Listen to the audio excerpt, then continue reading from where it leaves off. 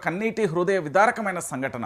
ఇక్కడ నిజంగా కూడా బాధితులకు సంబంధించి ప్రభుత్వం కొంతమందిని ఐడెంటిఫై చేసి వాళ్ళకి ఇచ్చే ప్రయత్నం చేసి మమా అనిపించుకున్నది అనేది వాస్తవమైన విషయం.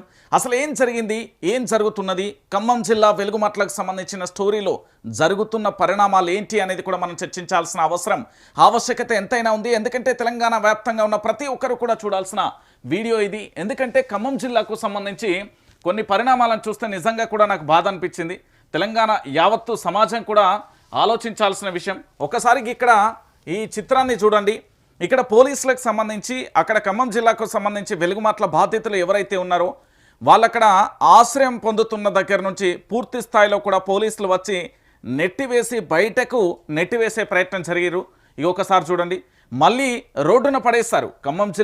ఖమ్మంలోని అంబేద్కర్ భవన్లో పునరావాస కేంద్రంలో తలదాచుకుంటున్న వెలుగుమట్ల బాధితులను పోలీసులు బలగాలతో బలవంతంగా కూడా వెళ్ళగొడుతున్న అధికారులు అంటూ కూడా చూడొచ్చు.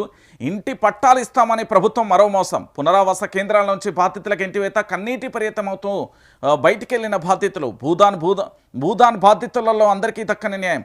338 మంది బాధితులను పట్టించుకొని రేవంత్ సర్కార్ అంటూ కూడా ఇక్కడ చూసిన పరిస్థితి కనబడుతుంది. ఏం చేసిళ్ళు, సంబరాలు చేసుకున్నారు, రకరకాలుగా చేసే ప్రయత్నం చేసిళ్ళు. కానీ భూదాన్కు సంబంధించి ఎవరెవరైతే ఉన్నారో అక్కడ పూర్తి స్థాయిలో కూడా వాళ్ళని గెంటి వేసే ప్రయత్నం అయితే జరుగుతున్నది. ఒకసారి ఇక్కడ పోలీసులకు సంబంధించి మీరే చూడండి.